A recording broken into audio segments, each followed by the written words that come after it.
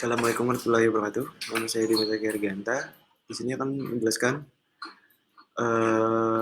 penerapan ICT dalam kehidupan sehari-hari. Yang pertama, sebelumnya kita akan menjelaskan definisi ICT Access, Manage, Integrate, Evaluate, and Create. Itu adalah 5 aspek penting dalam pemanfaatan teknologi informasi dan komunikasi atau ICT. Kelima aspek ini saling terkait dan saling mendukung dalam upaya untuk mengoptimalkan penggunaan ICT. Dan yang pertama yaitu akses.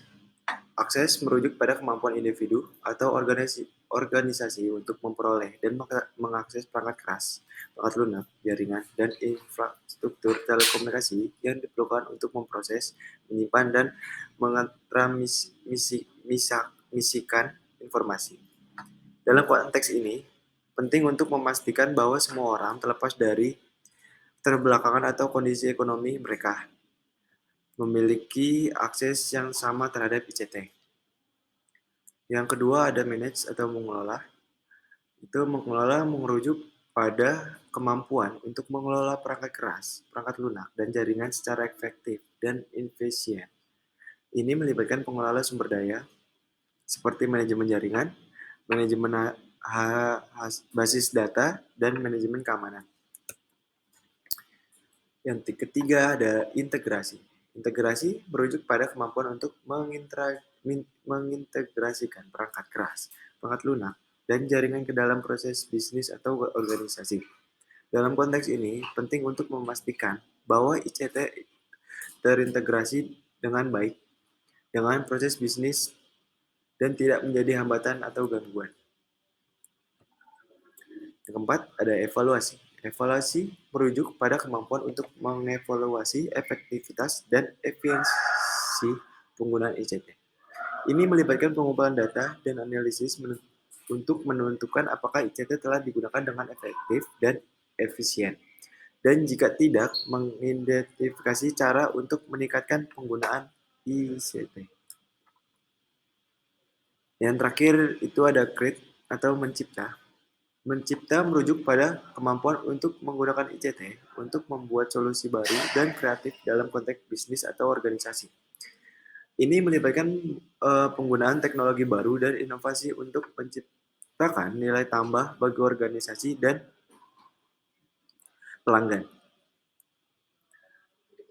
Oke, jadi itu definisinya. Dan di sini the day with Google. Jadi saya mengambil Google untuk Google menggunakan sehari-harinya. Oke, halo, nama saya Dimas Kiriganta. Jadi di sini saya akan menjelaskan atau menceritakan tentang sehari-hari saya menggunakan teknologi informasi di program ICT yaitu aplikasi browser.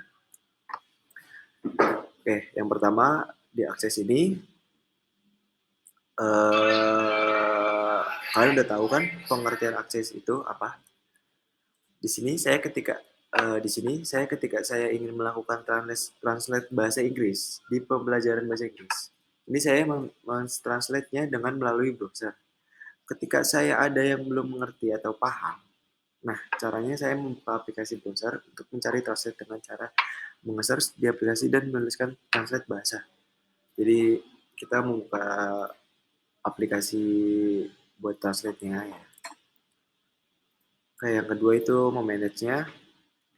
Di sini saya menulis apa yang saya mau translate di Google Translate tersebut. Apapun yang kita ingin translate, ada banyak bahasa di dalamnya, seperti contoh ini. Jadi, di sini ada foto text to translate, how are you? Itu bahasa Indonesia-nya bagaimana keadaannya.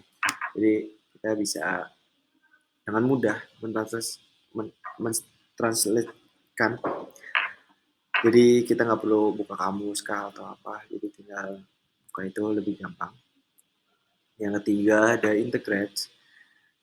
Integrate di sini itu saya mendapatkan pengetahuan atau translate bahasa yang saya mau. Seperti di contoh kedua, di situ saya mendapatkan informasi tersebut. Jadi ketika saya pembelajaran mata kuliah bahasa Inggris, bisa memudahkan saya berbahasa Inggrisnya.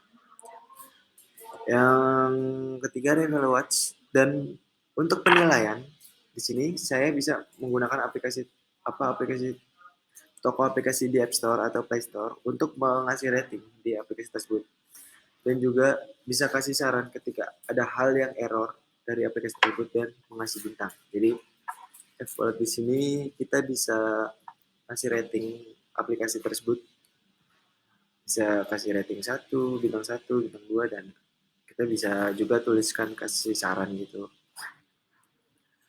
Oke, ini seperti contohnya ya. Ada bintang di sini. Jadi kita bisa kasih sarannya. Dan terakhir ada crit. Nah, kesimpulan dari Google Translate ini,